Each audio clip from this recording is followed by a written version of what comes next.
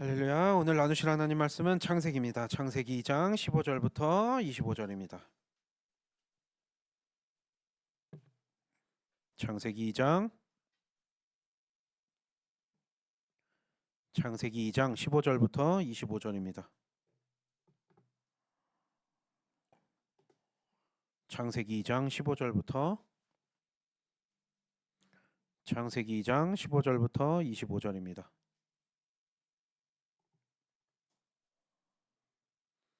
창세기 2장 15절부터 25절 한 절씩 읽겠습니다. 제가 먼저 읽겠습니다. 여호와 하나님이 그 사람을 이끌어 에덴 동산에 두어 그것을 경작하며 지키게 하시고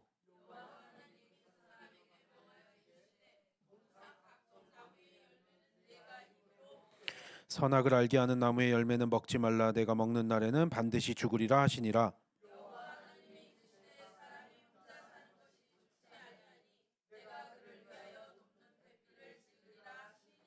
여호와 하나님이 흙으로 각종 들짐승과 공중의 각종 새를 지으시고 아담이 무엇이라고 부르나 보시려고 그것들을 그에게로 이끌어 가시니 아담이 각 생물을 부르는 것이 곧 그 이름이 되었더라.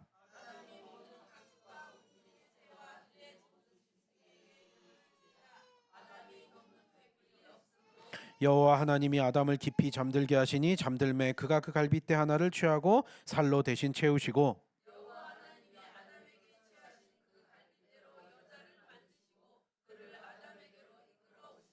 아담이 이르되 이는 내 뼈 중에 뼈요 살 중에 살이라. 이것을 남자에게서 취하였은즉 여자라 부르리라 하니라.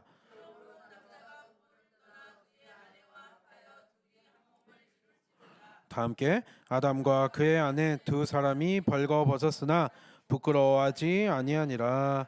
아멘. 오늘 에덴 동산에서라는 제목으로 말씀 나누고자 합니다. 오늘의 주제는요, 오늘의 본문은요, 타락하기 이전에 우리의 세상이 어떤 세상이었나, 에덴 동산이 어떤 삶이었나, 불순종하기 전에 하나님 앞에 죄를 짓기 전에 에덴 동산에서의 삶이 어떠했나를 설명하고 있어요. 하나님께서요, 동산의 과실들을 충분히 공급하셨고요, 마음껏 다 따먹으라고 그러셨어요. 생명나무 열매가 있어서 그 생명나무의 열매를 먹고요, 생명이 유지가 되었고요. 그러니까 그때까지만 해도 생명나무의 열매를 먹으면 죽음을 당하지 않을 수 있게 하나님이 그렇게 만드셨다라는 거예요. 타락 이전과 타락 이후. 근데 지금 타락 이전에 에덴 동산이 어떠했나? 그리고 오늘 여기 보면은 동물들, 식물들 막 이름을 다 지어주고 아담이 그렇게 했고 또 남자를 만드셨는데, 그러니까 여섯째 날의 이야기이겠죠. 여섯째 날에 하나님께서 남자와 여자를 만드셨다 그랬잖아요. 어떻게 이게 된 것인가? 남자와 여자를 어떻게 만드셨나? 먼저 아담을 만드시고 그 뒤에 하와 여자를 만드셨다라고 나오는데, 이게 과연 어떤 의미인가? 하나님의 창조 질서에 대해서 오늘 생각하는 거예요. 우리의 창조 질서, 기독교인이 우리가 성경적인 가치관을 가지고 살아가잖아요. 우리는 성경을 가장 중요하게 생각하는 최고 우선의 가치로 생각하는데, 그 성경적인 가치관 아래에서 우리가 창조 질서가 어떠했는지를 우리가 보면서 우리가 살아가는 삶에서의 우리가 균형을 좀 맞출 필요가 있는 거죠. 그런 점에서 오늘 본문은 너무나 생각해 볼 게 많은 어떤 본문이에요. 일단 먼저 보면은요, 여기 보면 생명나무가 있었고 선악과의 열매가 있었대요. 모든 열매를 다 따먹을 수 있게 해주셨대요. 먼저 한번 읽어볼까요? 어떤 일이 있었나? 15절부터 17절 읽겠습니다. 오늘 본문 15절부터 17절 다 같이 다시 한번 읽겠습니다. 시작.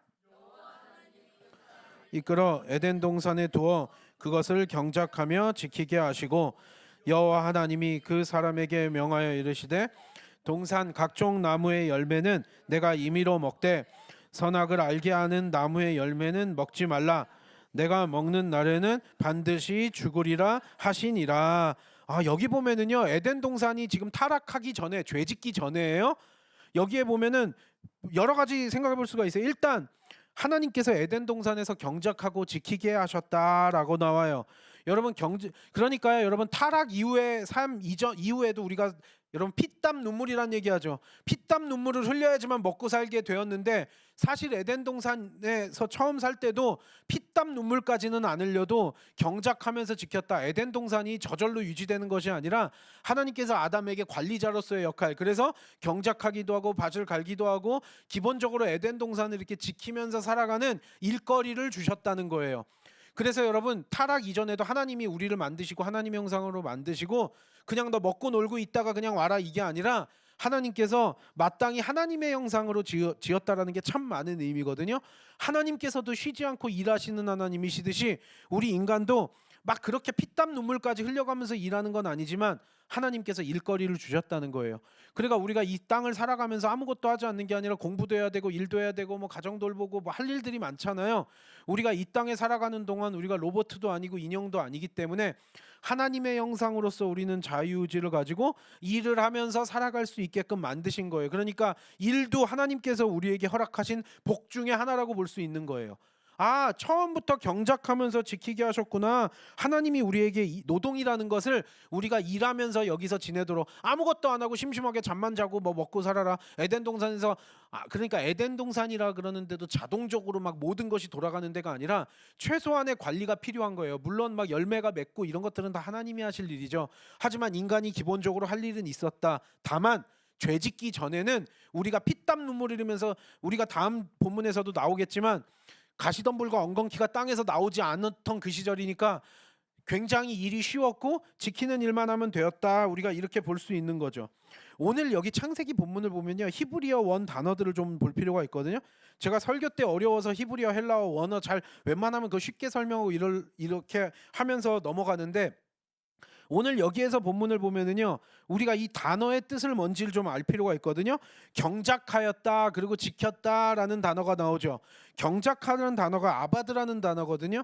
이게 밭을 갈고 경작하다 이런 의미도 있지만 아바드라는 단어가 기본적으로는 어떤 뜻이냐면 섬기다라는 뜻이에요. 그러니까 에덴 동산을 섬겼다 이 소리예요. 섬겼다. 그리고 여기 보면 지키다라는 샤마르라는 히브리어 단어가 있는데 이거는요, 정성껏 관리하다 이런 뜻이에요. 각별하게 관리하다.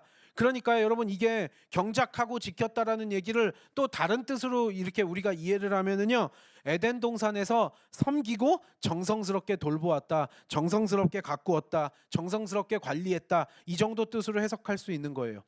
처음부터요, 에덴 동산이 저절로 굴러가는 이게 아니라 하나님께서 에덴 동산 안에서도 물론 너무나 편한 일이었겠죠. 재밌는 일이었겠죠. 지금처럼 막 땀 흘리고 수고하고 이런 게 아니지만 하나님께서 즐겁게 우리에게 일할 것들을 주셨고 섬기라고 하신 거예요. 그러니까 뭐라고요? 에덴 동산을 섬기고 동물들하고 이렇게 같이 어울려 지내면서 섬기고 각별히 관리하였다. 하나님의 형상으로 지음받은 우리에게 리더로서의 역할을 주셨어요. 인간이라는 존재에게 이 땅을 다스리고 생육하고 번성하게 하셨어요. 그리고 섬기라고 하신 거예요. 여러분, 우리가 기독교 신앙이 잘못된 이유, 지금 우리가 설교 때도 쭉 나가는 것이 어느 순간부터 자기중심적이고 내가 섬김을 받으려고 하고 나의 만족을 위해서 신앙생활조차도 그렇게 변질될 때가 많아요. 그런데 여러분, 기독교가 이야기하는 우리 인간의 본질은요, 우리가 섬기기 위해서 태어난 거예요? 섬김을 받기 위해서 태어난 거예요? 예수님도 섬김을 받으러 오셨어요? 섬기기 위해서 오셨다고 모범을 보이신 거예요? 여러분, 우리는요, 내가 사랑받아야 돼, 내가 섬김을 받아야 돼 라고 하나님께서 이 땅에 우리를 만드신 것이 아니라 하나님께서는 우리를 섬기라고 이 땅에 보내신 줄 믿습니다. 그래서 어느 순간부터 자기중심적인 게 너무 크고요, 그러니까 자기 연민에 빠지고요, 이기주의가 돼가지고요, 신앙생활조차도 굉장히 자기중심적인, 여러분, 그 자기중심적이라는 건요, 그래서 성경은 자기를 막 이렇게, 그러니까 우리가 신앙생활을 하다 보면 착각하는 게 자기 자신을 너무나 많이 돌아보게 돼요. 근데 여러분, 자기 자신을 돌아다 본다고 뭐가 되질 않는 것이, 하나님께서 우리를 만드셨지 내가 나를 만든 게 아니에요. 성경은 기본적으로 자기중심적으로 살으래요. 그래서 조금만 안 되면은 막 자기 연민에 빠지고 자기 비하하고 조금 잘나면 또 자기 교만에 빠져가지고 이렇게 살으래요? 아니면 자기를 부인하고 십자가를 지고 예수님을 따라 살으래요? 여러분, 기독교 신앙은요, 자기중심적이고 자기를 막 주장하는 것이 아니라 자기를 부인하는 우리 기독교 신앙인 줄 믿습니다. 여러분, 근데 어느 순간부터 자기 자신에 대한 주장이 너무 세지다 보니 우리의 신앙생활에 만족도 없고요, 교회는 오래 다녔는데 행복하지도, 왜? 당연히 성령님이 역사를 안 하시니까요. 그 삶에서요. 내가 나만 바라보고 있는데요. 지금 이 순간에도 교회 드리러, 예배 드리러 가는 순간에 자기 자신을 보러 가요. 하나님께 예배 드리러 가는 것이 아니라 우리의 삶이 하나님께 드려지고 섬기는 것이 아니라, 여러분, 그래서 섬기면서 각별히 돌보았다라는 이 뜻의 단어들이 아담을 처음에 에덴 동산에 만드셨을 때부터 우리를 에덴 동산 잘 관리하면서 섬겨 이렇게 만드신 거예요. 근데 어느 순간부터 나는 섬김만 받으려고 해요. 그리고 나밖에 몰라요. 그러니까 우리의 인생이 더 불행해지고요. 여러분, 나 자신을 막 바라본다 그래서 내 삶이 더 좋아지는 게 아니에요. 여러분, 하나님께서 우리를 만지시고 하나님께서 우리를 인도하시는 게 더 이거지, 내가 나대로 내가 똑똑해져야지, 내가 잘나져야지, 뭐 내가 뭐 이래야지 한다고 되질 않거든요. 내가 돈 많이 벌고 내가 부자, 그게 잘 안 돼요, 여러분. 그냥 그러니까 그거를요, 우리가 속된 말로 삽질한다고 표현하잖아요. 계속 우리가 그렇게 삽질하면서 살아가는 거예요. 뭐가 되질 않아요. 여러분, 나의 중심, 내가 막 착해져야지 뭐 한다고 막 착해지는 게 아니라요. 내가 막 뭘 해야지 한다 하는 게 아니라요. 자기를 부인할 때 하나님께서 우리의 삶을 끌어주시고 인도하신대요. 그게 우리가 믿는 신앙이거든요.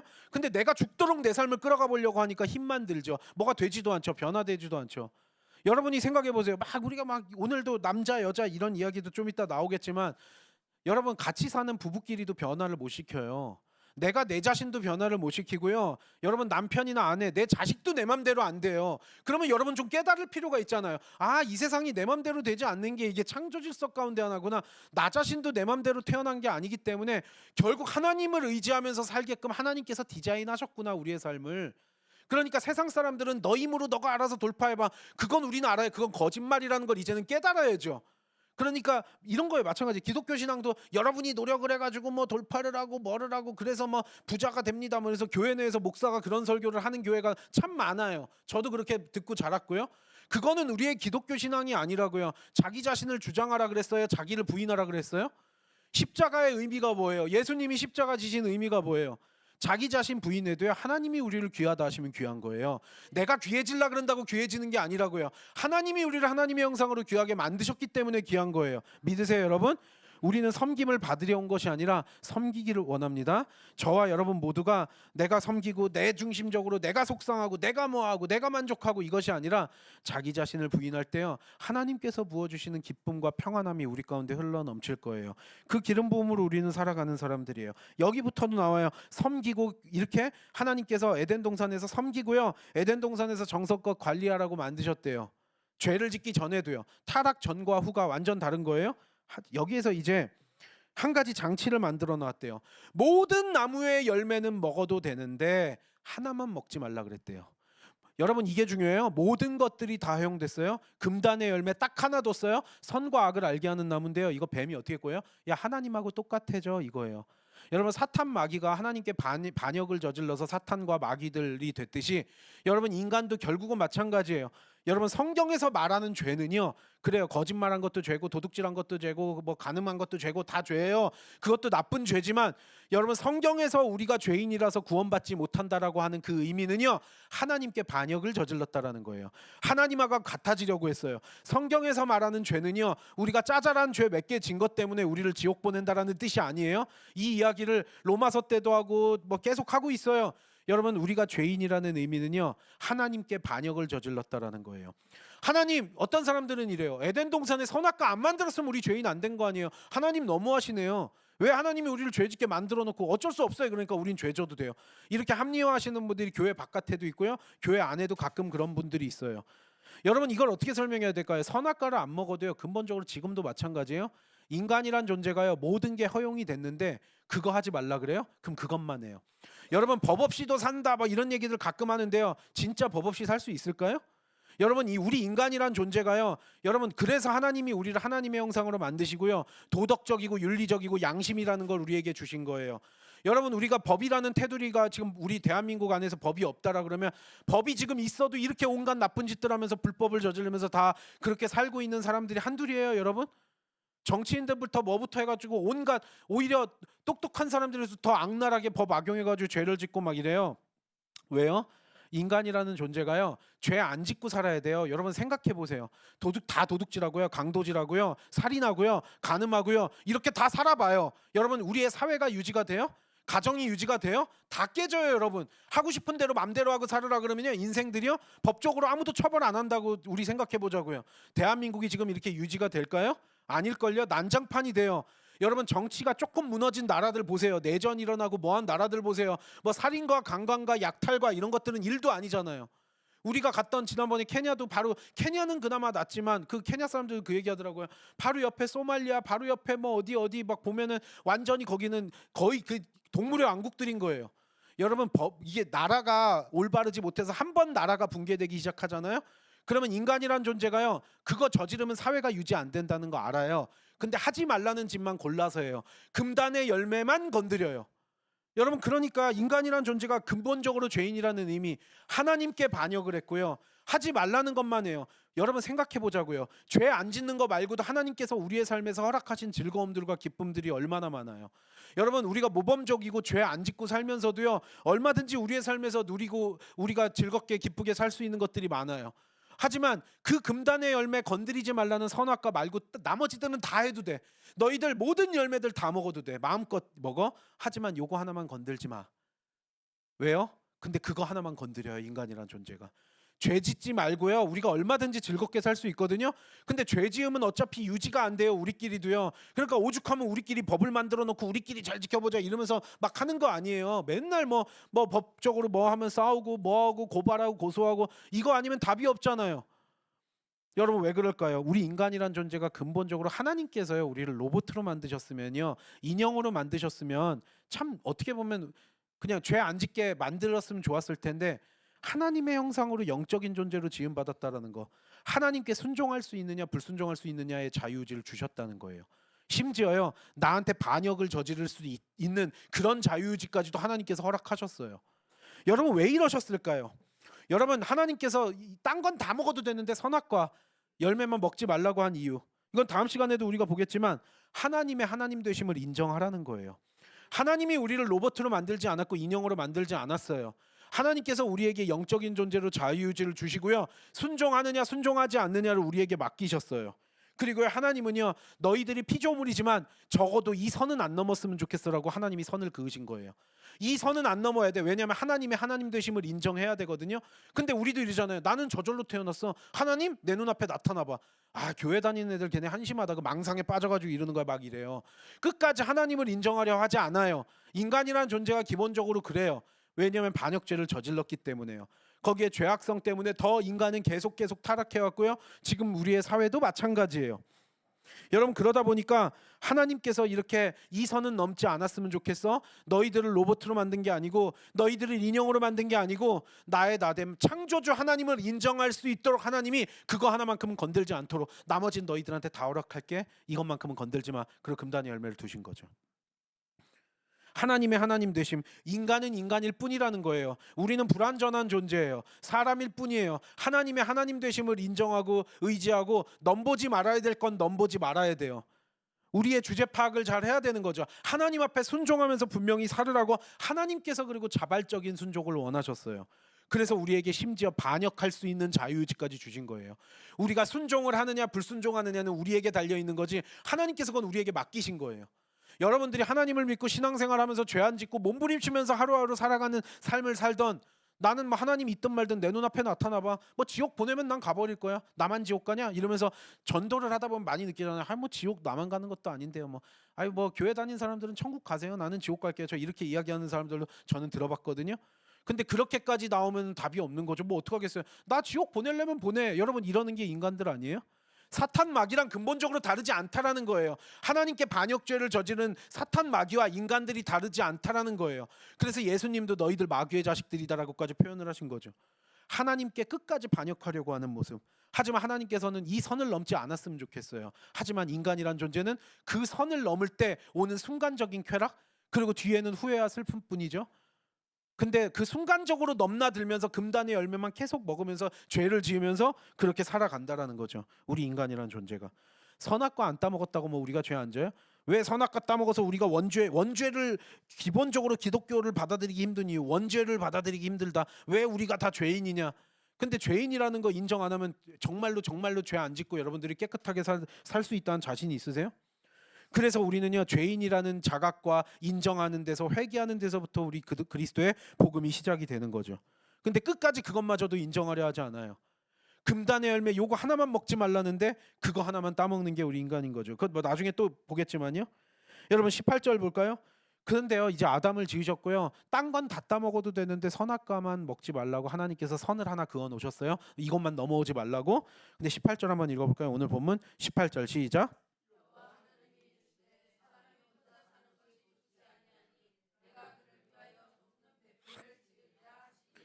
이거 보니까 여러분 여기서 생각할 게 굉장히 많아요.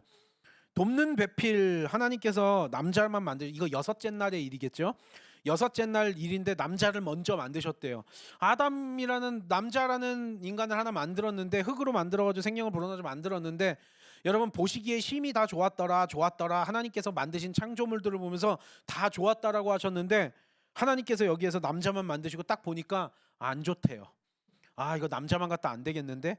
근데 불완전한 존재로 만드셨고 보시기에 좋지 않은 거예요. 그러니까 하나님이 볼 때도 뭔가 아쉬운 거예요. 그래서 도저히 안 되겠다 그래가지고 돕는 배필을 만드셨대요. 그러면서 여기 보면은요 하나님께서 마음을 정하신 거예요. 아담 갖다가는 안 되겠다. 불완전하구나. 여러분 그래서요 남자라는 존재가 불완전하고요 마찬가지예요. 여자도 돕는 배필이라는 이 단어 자체를 잘 볼 필요가 있거든요. 이것도 히브리어를 좀 봐야 돼. 에제르 크네그도라는 단어인데요. 이게 뭐냐면은요 에제그 크네그도 이게 반대한다라는 뜻도 있고요. 그러니까 돕는데 반대 안 한다라는 뜻도 있고요. 동등하다, 마주보다 이런 뜻이 있어요. 그러니까 여기선 돕는 배필이라고 우리가 해석을 했는데 마주 보면서 돕는 존재, 반대하면서 돕는 존재, 동등한 존재 이렇게 우리가 해석을 할 수 있거든요. 그러니까 남자와 여자를요 돕는 배필로 만드셨다라는 건 동등하면서도 서로 반대할 수 있는 거예요. 남자가 뭔가를 옳게 행동했을 때야 도와주면 되는데요. 옳지 못하고 말 같지도 않은 짓을 하고 행동을 하고 말을 할 때는 옆에서 도와주면서 보충해 줄 수 있는, 왜냐하면 남자라는 존재가 불완전한 존재로 만드셔서 하나님이 보실 때도 고개 끄덕끄덕이 아니라 이건 아닌데 이건 아닌데 한 존재래요 여러분. 그래서 하나님께서 만드셨대요. 그러니까 하나님께서 마음을 정하셔서 여자를 만드신 거예요. 그러니까 이걸 여러분 잘 파악해야 돼요. 하나님의 창조 질서를 알아야 돼요. 남자와 여자 사이에 세상 사람들끼리 뭐 평등이냐 어쩌냐 페미니즘이냐 뭐 남성 우월주의냐 뭐 이런 얘기들 하는데요. 하나님의 창조 질서를 알고 우리는 그대로 살아가면 돼요. 크리스천들은요. 하나님께서 그렇게 만드셨대요. 남자라는 존재. 그래서 제가 자매들, 청년들 이렇게 막 신방하고 뭐 상담하고 이러면요. 뭐 어떤 남자 만나고 싶어요? 그러면 존경할 만한 사람이요. 막 이래요. 하나님께서도 마음에 안 드셨대요. 남자를 만드시고요. 하나님도 이건 아니다. 막 이랬대요. 근데 뭘 어떻게 존경하냐라는 거예요. 불완전해 가지고요. 하나님께서 그거를 보충해 줄 수 있는 존재로, 그러니까 완전히 남자와 여자를 다르게 만드신 거예요. 상호 보완의 존재이지 막 동등하게 대립하고 이러는 게 아니라 때때로는 이상한 짓을 남자가 하면요. 그래서 여러분이 그래요. 존경도 기준이 여러 가지 있죠. 어떤 부분에서 장점을 보고 존경하는 건 그렇게 존경할 수 있어요. 근데 어떤 흠도 없어가지고 존경할 거라. 그러니까요. 시집안 간 처녀들이요. 꿈 같은 얘기를 하면 안 돼요, 여러분. 그래가지고 뭐 존경할 수 있고요. 모든 면에서 제가 배울 수 있고요. 그러면은요. 여러분들 안 만날 거예요. 그런 사람은. 그렇게 제가 이야기를 해요. 그리고 여러분 이거는 좀 사신 분들은 알잖아요. 그게 무슨 얘기인지. 하나님도 남자가 혼자 사는 거 보고 얘네 아니다 싶어가지고 여자를 만드셨대잖아요. 처음부터 불완전했대잖아요, 남자가. 근데 왜 거기에다 완전함을 자꾸 요구를 해요? 그러니까 안 될 일은 안 될 일인 거예요. 그러니까 하나님께서 웬만하면 창조물 보면서 좋아했는데 남자만 보고선 이건 아니다 싶어서 돕는 배필 마주보고 대등한 존재로 하나님께서 만드시기로 했다라는 거죠. 그러면서 19절 20절 또 읽어볼까요? 19절 20절 시작.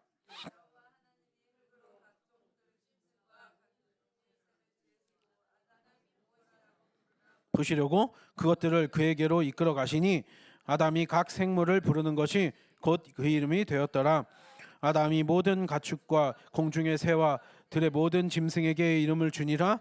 아담이 돕는 배필이 없으므로, 여기에 나오는 거니까 여섯째 날 하나님께서 아담에게 혼자서 있으면서 동물들, 식물들, 새들 뭐 이런 거 관찰하면서 하나하나 그 특징으로 이름을 다 붙여주었더라. 그래서 하나님의 형상으로 지음받았다는 게 많은 의미라 그랬죠.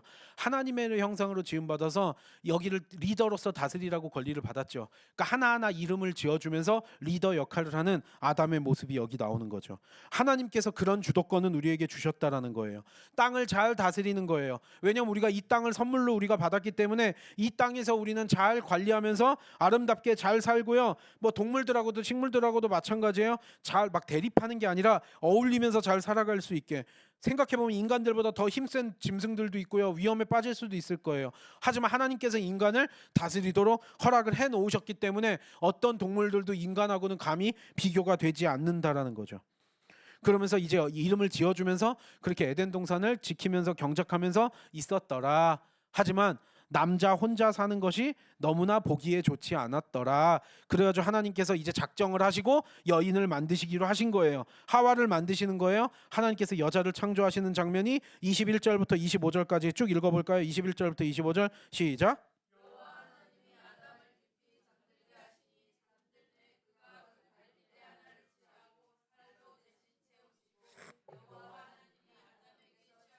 그 갈빗대로 여자를 만드시고 그를 아담에게로 이끌어 오시니 아담이 이르되 이는 내 뼈 중에 뼈요 살 중에 살이라 이것을 남자에게서 취하였은즉 여자라 부르리라 하니라.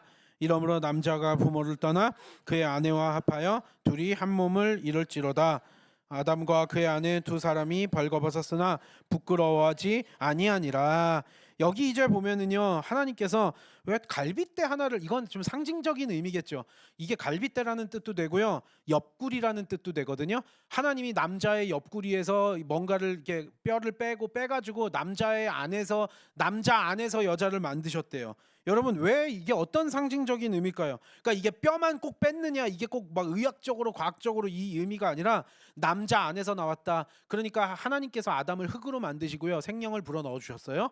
그러면 또 흙으로 여자를 만든 게 아니라 굳이 그럴 필요가 없이 남자 안에 있는 그 재료를 가지고 하나님께서 그대로 여인을 만드셨대요. 그리고 똑같이 하나님의 형상으로 지었어요. 하지만 새롭게 또 다시 흙으로 만드신 게 아니라 흙으로 남자를 만드셨고요, 그 남자 안에서 끄집어내 가지고 여인을 만들었다는 거예요. 그래서 뭐 옆구리로 해석이 될 수도 있고 갈빗대라고 해석이 될 수도 있는데, 여자도 분명히 하나님의 형상으로 창조되었어요. 하지만 남자의 한 부분으로 말미암아서 하나님께서 만드셨다.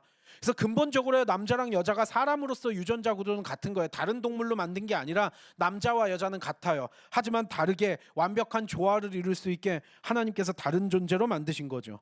동등한 존재예요. 반대할 수도 있지. 뭐 누가 뭐 남존 여비, 뭐 남자가 우월하고 여자가 뭐 이런 차원이 아니라 하나님께서 남자와 여자를 다르게 만드셨다라는 걸 분명히 성경은 전하고 있어요. 그러니까 기계적 평등을 이야기하는 게 얼마나 무의미해요. 남자와 여자를 똑같이 동등하게 놓을 수가 없는 게, 인격체로서는 동등하지만 하나님께서 남자와 여자, 물론 남자가 하는 일 여자도 할 수 있고 여자가 하는 일 남자도 할 수 있겠죠. 하지만 근본적으로 다른 존재를 만들었고요, 생육하고 번성을 하기 위해서 또 남자와 여자를 하나 되게 만드셨다라는 거예요. 남자끼리 생육하고 번성할 수 없고요, 여자끼리 생육하고 번성할 수 없어요. 하나님께서 그래서 여기에서 만드셨고요, 갈빗대 아래서 이렇게 만드셔가지고 내 살 중에 살이요 뼈 중에 뼈다, 남자를 통해서 그 여자를 만드셨다는 게 분명히 나오는 거죠. 이건 누가 우월하냐 뭐하냐의 차이는 아니에요. 하지만 분명히 남자와 여자는 다른 부분이 있다. 그러면서 여기에서 결혼 제도에 대한 암시까지도 오늘 여기에 나오는 거예요. 24절 보면은요, 이제 남자와 여자가 나이가 차면은요, 부모를 떠나서 남자와 여자가 하나 되고 가정을 꾸리고 집을 떠나가지고 자기가 또 생육하고 번성하는 게 하나님께서 정하신 질서래요. 그래서 여러분, 대한민국 사람들 또 이게 문제가 뭐냐면은요, 나이가 들었는데도 부모가 그냥 자식을 놓지 못해요. 뭐 막 그리고 간섭하고. 그래서 외국 친구들이 한국 드라마나 영화 보면서 맨날 하는 질문이, 아우 쟤네들은 맨날 뭐 그 드라마 내용이 고부간의 갈등이야. 외국은 확실히 고부간의 갈등이나 이런 것들이 확실히 없는 게요. 저도 친구들하고 이야기해 보면 부모가 보통이요, 제가 외국 친구들하고 이 나라 저 나라 많은 친구들하고 또 이렇게 같이 공부도 하고 이랬었거든요. 신학교 때도 그랬고요. 막 수십 개국 친구들이 같이 있는 이런 데를 다녔기 때문에 참 이런 것들을 많이 서로 맨날 이야기하면서 막 나눌 수 있었는데, 보통이요 부모들이요, 외국도 마찬가지예요. 고등학교만 졸업하고 내보내고 뭐 이런 경우도 있는데, 보통 제가 보니까요, 뭐 선진국들이나 후진국들이나 어디나 할 것 없이 대학교까지는 웬만하면 부모가 여력이 되면 대학교까지는 다 해주더라고요. 그런데요, 대학교 딱 졸업하고 나면은요, 그때부터는 정말로 각자의 삶을 살아요. 결혼을 하고 아이를 낳고 이래도 가족끼리 뭐 만나가지고 뭐 이런 거는 한 번씩 이런 건 있겠지만 막 이건 아니거든요. 근데 우리나라는 부모가 자식을요, 그냥 나이 먹었으면은 나이 먹은 대로 이렇게 독립을 시켜야 되는데, 겉으로는 독립할지언정 심정적으로는 독립이 안 된 경우들이 너무나 많아요. 근데 내가 내 자식을 쥐고 평생 내가 그냥 주인 노릇하면서 살려 그러는 거예요. 부모가 내 거가 아니에요, 자식이. 그래서 나이가 차면은요, 때가 돼가지고 결혼을 해가지고 가정 꾸려가지고 이렇게 내보내는 게 하나님께서 만드신 질서라는 거예요. 근데 대한민국 사람들은 자식 낳아도 그냥 끝까지 막 어떻게 붙들고 늘어지고 있고, 손주들까지도 막 나중에 어떻게 관리하려고 막 이런 사람들 있잖아요. 그러니까 쓸데없는 갈등 생기고요, 어떻게 보면 그게 창조 질서에서도 바람직한 게 아니고요, 만약 한국 사람들이 그런 측면이 좀 강하긴 하잖아요. 그게 과연 자랑할 일이냐? 자랑할 일은 아닌 것 같아요. 컸으면은요 알아서 내가 키워줄 때까지 키워줬으면 본인 혼자서 이렇게 내보내는 게 마땅한 일이죠. 그리고 자녀도 마찬가지예요. 부모 의존하려고 하지 않는 게 당연히 마땅한 일이고요. 근데 그걸 끌어안고 있으니 아이들이 성장도 안 하고 나이가 먹었는데 애어른이라 그러잖아요. 나이는 40, 50 먹었는데 애 같으면 그게 말이 되겠냐고요, 여러분. 그리고 맨날 무슨 뭐 며느리랑 시어머니가 뭘 그렇게 죽자 살자 하면서 맨날 뭐 못됐느니 싸가지가 없느니 뭐 하느니 뭐 이러면서 맨날 그게 다 드라마부터 뭐부터 내용이지만 사실이요, 드라마 영화보다 우리의 실제 생활이 더 끔찍하잖아요. 그거 왜 그래요, 여러분? 여기에 보잖아요. 어른 되면은 빨리빨리 내쫓으래요, 결혼해가지고요. 그게 하나님의 뜻이래요. 하나님께서 남자와 여자하고 결혼을 해가지고요 자녀를 낳고 살고, 이게 굉장히 성경적인 창조 질서고요. 여러분, 그래서 우리 기독교 교회는요 아름답게 믿음 안에서 주 안에서 결혼을 하고 자녀 낳고 자녀들을 믿음 안에서 양육하고 이런 것들을 굉장히 중요한 가치로 여겨요. 왜냐하면 그게 창조 질서니까요. 근데 그건 주 안에서예요, 여러분. 이 결혼하면서 이 가정을 꾸리고 이게 굉장한 영적 전쟁인데요. 여러분, 이게 하나님께서 정하신 거기 때문에 우리 기독교인들은 아름다운 가정을 만드는 것을 굉장히 중요하고 하나님께서 우리에게 허락하신 복으로 우리는 알고 그렇게 살아가는 거죠. 그러면서 남자와 여자가 그때는 벌거벗었으나 부끄러워하지 않았대요. 죄책과 수치가 들어오기 전이에요. 그래서 마치 어린아이와 같이 남자와 여자가 사이좋게 지내면서, 여기 중요한 거 있죠. 여기서도 왜 아담 하와 한 명만 지었냐, 이게 굉장히 중요해요. 기본적으로 성경은요 고대 시대 때나 뭐 우리도 예전에 보면 일부 다처제 뭐 이런 게 있었잖아요. 성경은요 분명히 일부 일처제라고 이야기하고 있어요. 아담 하와 여러 명 지은 거 아니에요?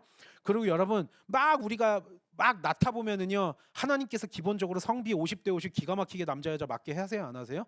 인류 역사 가운데 그냥 자기들이 낳으면은요 어떤 집은 아들 많은 집도 있고 어느 집도 딸 많은 집이 있겠지만 결과적으로 전 세계 인류를 보면 결국 50, 50 맞아요, 안 맞아요? 여러분, 하나님께서 그렇게 하신 거예요. 일부 일처제가 하나님의 뜻이에요. 그거는요 구약 성경부터 이어진 거, 고대 시대 때 일부 다처제가 됐다고 성경 일부 다처제다, 그게 예외인 경우고요. 하나님께서 남자와 여자를 1대1 되게 만드셨어요. 그래서 기본적으로 일부 일처제가 되고 그 안에서 가정에 충실하면서 자녀 낳고 생육하고 번성하는 게 하나님의 창조 질서라는 거예요. 그래서 일부 다처는 하나님께서 처음에 만드신 게 아니라 오늘 여기 보면 나오잖아요. 그래서 여기 분명하게 일부 일처제가 명시가 되어 있어요. 하나님의 처음 창조 질서는 일부 일처제예요. 그리고 남자랑 여자, 그래서 반반 딱 태어나게 하나님께서 그렇게 조절을 알아서 기가 막히게 하나님께서 해주시는 거고요. 여러 가지 생각이 들어요. 결혼 제도도 여기가 암시가 돼 있고요. 남자와 여자라는 존재는요 서로 동등하지만 다른 존재래요. 대등한 존재래요. 하지만 분명히 하나님께서 보완할 수 있는 존재로, 그러니까 남자의 부족한 부분을 채워줄 수 있는 부분으로 여인을 만들었다라는 거예요. 그래서 왜 남자가 불완전하냐? 하나님이 그렇게 만드셨어요. 마찬가지예요. 여자도 여자끼리만 완전할 수가 없어요. 그래서 우리는요 결혼하는 건 그러면 어떻게 생각해야 되느냐? 결혼하고 생육하고 번성하는 게 하나님의 뜻이면 우리가 결혼을 그러면 필수적으로 꼭 해야 됩니까? 라는 질문이 나와요. 이거는요 하나님께서 기본적으로 창조 질서를 정하기는 하셨지만 결혼은 필수이냐라 그랬을 때, 여러분 그거에 대해서는 신약 성경에서는 좀 다르게 이야기하기도 해요. 특별히 사도 바울이 이것과 관련돼서 다르게 이야기해요. 왜냐면 예수님도 결혼하지 않았고요, 사도 바울도 결혼하지 않았고요, 베드로처럼 결혼한 사람도 있지만 결혼 안 한 사도들도 있고요, 사역자들도 마찬가지고요. 결혼을 했는데도 애가 또 안 생겨가지고 못 낳는 경우도 있을 수 있잖아요. 성경에 얼마나 많은 일들이 애 못 낳는 것 때문에 고생하고 뭐하고 그런 일들이 많이 나와요. 그때나 지금이나 이건 똑같은 거예요.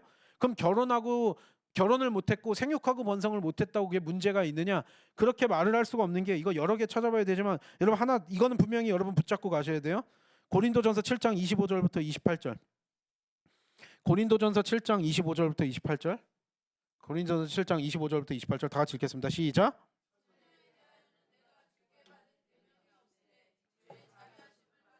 충성스러운 자가 된 내가 의견을 말하노니 내 생각에는 이것이 좋으니 곧 임박한 환난으로 말미암아 사람이 그냥 지내는 것이 좋으니라. 내가 아내에게 매였느냐? 노이기를 구하지 말며 아내에게서 노였느냐? 아내를 구하지 말라. 그러나 장가가도 죄짓는 것이 아니요 처녀가 시집가도 죄짓는 것이 아니로되 이런 이들은 육신의 고난이 있으리니 나는 너희를 아끼노라. 결혼을 안 한 사람도 있고 한 사람도 있고 노처녀도 있고 노총각도 있을 수 있고 사도 바울한테 그런 질문이 많았어요. 그리고 여러분 이건 고린도 교회의 특성인데 고린도 교회 그리고 고린도 그 도시 자체가 굉장히 음란함 때문에 문제들이 많았어요. 간음도 많았고 교회 내에서도 성적인 문제도 많이 일어났고 그러니까 결혼 생활을 아름답게 잘하는 사람들도 있겠지만 불륜 저지르고 뭐하고 막 다른 거에 나쁜 짓 해가지고 막 해가지고 이혼하고 뭐 이런 가정들도 있었을 거고요. 또 여러분 그것도 그렇지만 이혼할 수도 있지만 또 사별을 할 수도 있고요. 여러 가지 변수들이 참 많잖아요. 우리의 결혼 생활이 뭐 100년 해로 다 해가지고 뭐 검은 머리 파풀이 될 때까지 아름답게 가정 꾸리면서 살면 좋겠지만 우리의 삶이 우리의 마음대로 되지 않아요. 그렇게 다 되지 않기 때문에 때때로는 막 이런 사건들이 있다 보니 하나님으로부터 어떤 특별한 계명이 여기에 있는 게 아니래요. 하지만 굳이 결혼을 한 사람들은 결혼 생활에 충실하래요.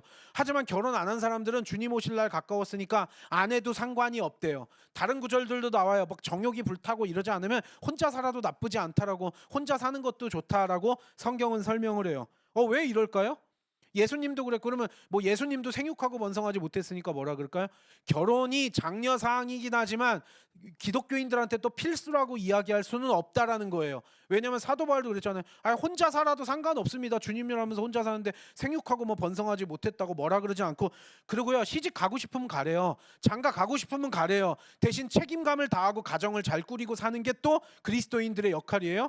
결혼만 그냥 무턱대고 많이 해놓고 애는 놔놓고 책임 안 하고 여러분 이런 거 막 볼 때마다 얼마나 여러분 분노가 치밀어요? 결혼했으면은요 똑바로 정신 차리고 책임 다하면서 의무 다하면서 신실하게 살아야 돼요. 그건 안 믿는 사람이나 믿는 사람이나 건 마찬가지예요. 안 그랬을 때 문제들이 너무나 많이 나오니까요.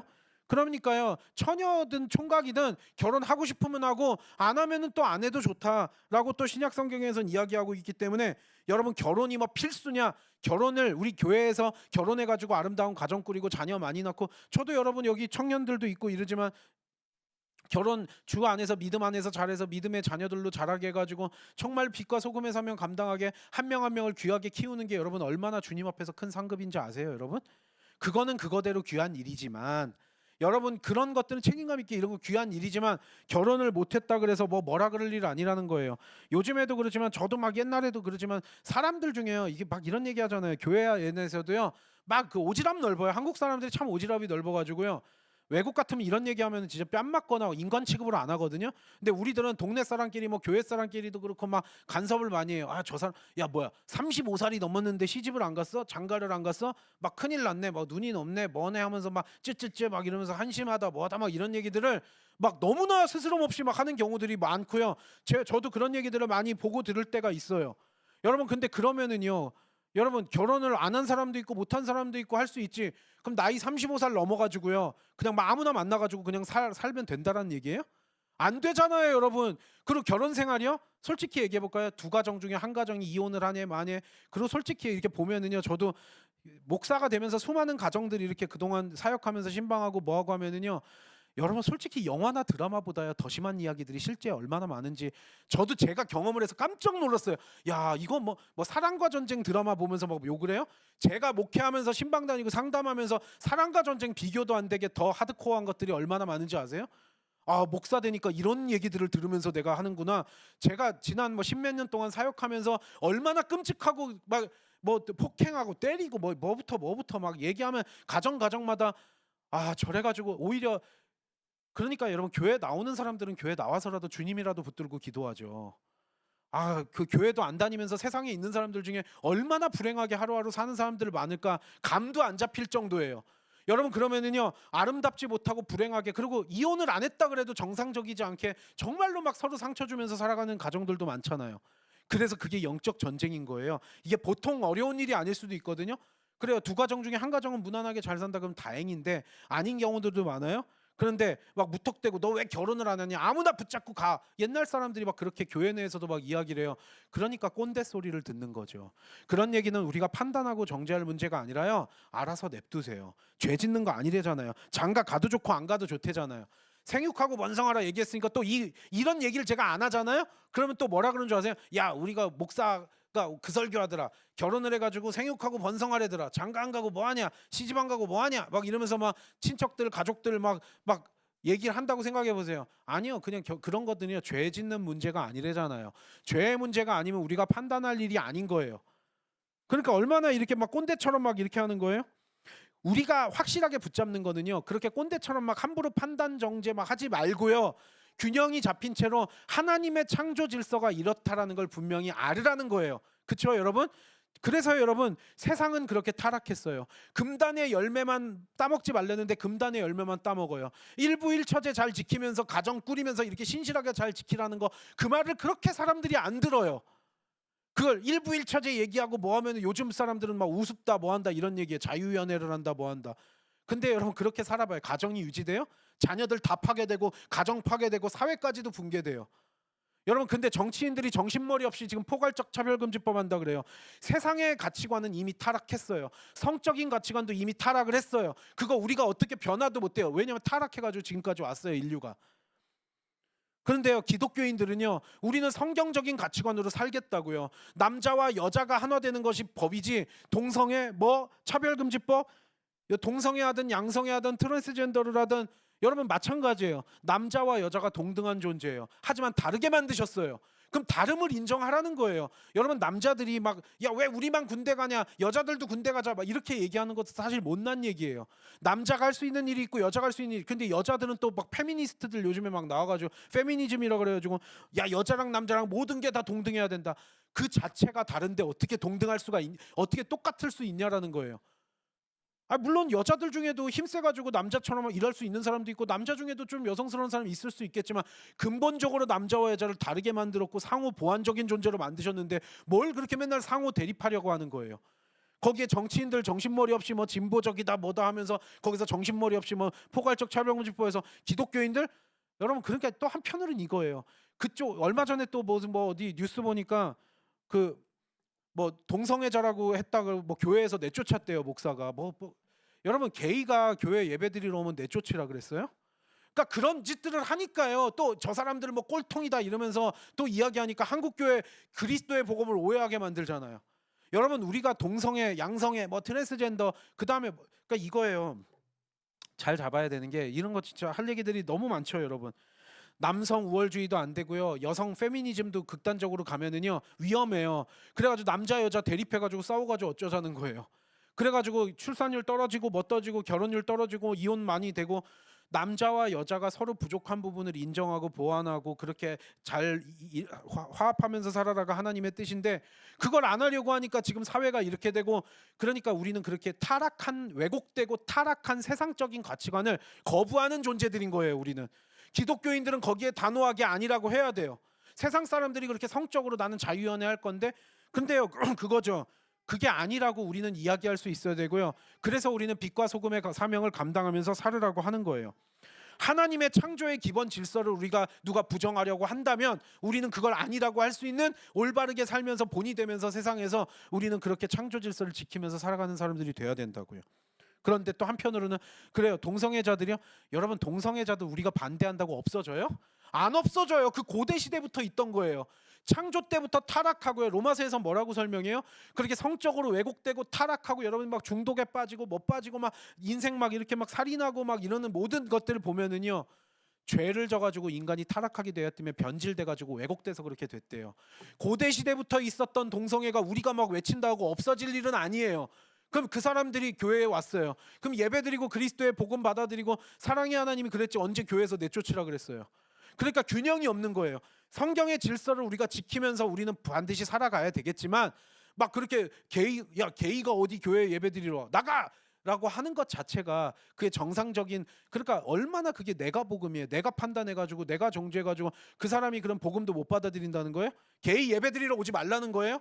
또 그러면서 그런 게 뉴스 나오니까 또 사람들은 그거 보면서 야 한국 교회 안 되겠네 그러면서 그리스도의 복음을 오해하게 만드는 자들이 있잖아요. 그거는 하지 말라라는 거예요, 여러분. 그 정도 균형 우리가 못 맞힌 바보들이에요, 여러분. 하나님께서 우리에게 지혜를 주시는데 하나님의 사랑과 은혜로 그 모든 것들을 분별할 수 있잖아요. 이제 우리는요. 하나님의 창조 질서는 명확해요. 남자와 여자도 마찬가지고요. 하지만 왜곡되고 타락한 세상의 가치관은 우리가 옳다 할 수 없어요. 근데 지금 막 국회의원들이 지금 되고 막, 여러분, 사회가요 무너지는 건 한순간이에요. 제대로 쌓아 올리는 건 어렵잖아요. 무너지는 건 한순간이에요. 국회의원들 남자와 여자가 다르다는 거 인정하지 뭘 그거 갖다 기계적으로 어떻게 평등을 만들어요. 기계적으로 평등만. 그래서 공산주의가 어떻게 됐어요, 여러분? 기계적 평등 외치는 공산주의가 어떻게 됐어요? 수백만 명씩 굶어 죽이고 뭐 하고요. 그럼 정신을 좀 차려야 되잖아요. 그러니까 이렇게 이런가 이 정도 균형을 못 한다 그러면 그냥 어리석은 거예요, 여러분. 여러분, 남자와 여자도요, 상호 대립하는 관계가 아니라 상호 보완적인 관계인 줄 믿습니다. 남자 부족하게 만드셨대요. 그러니까 기대하지 말아야 될 걸 기대하지 마세요. 그리고요, 여자도 마찬가지, 남자도 마찬가지고요. 기대하지 말래죠. 하나님도 보실 때 좀 한숨을 쉬신 거예요. 아, 안 되겠다. 그러면 안 되는 거예요. 하나님 보실 때 안 되면 안 되는 거예요. 그래서 교만하지 못하게 또 그렇게 만드신 거고요. 믿으세요, 여러분?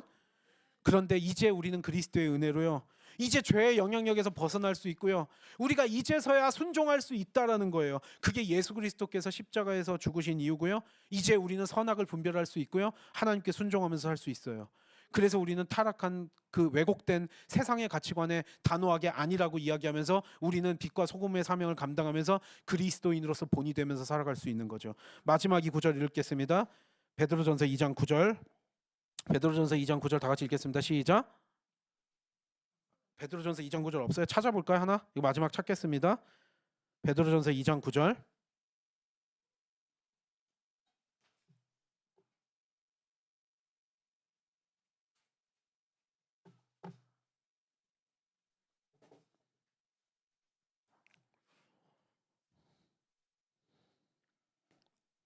베드로전서 2장 9절 다 같이 읽겠습니다. 시작.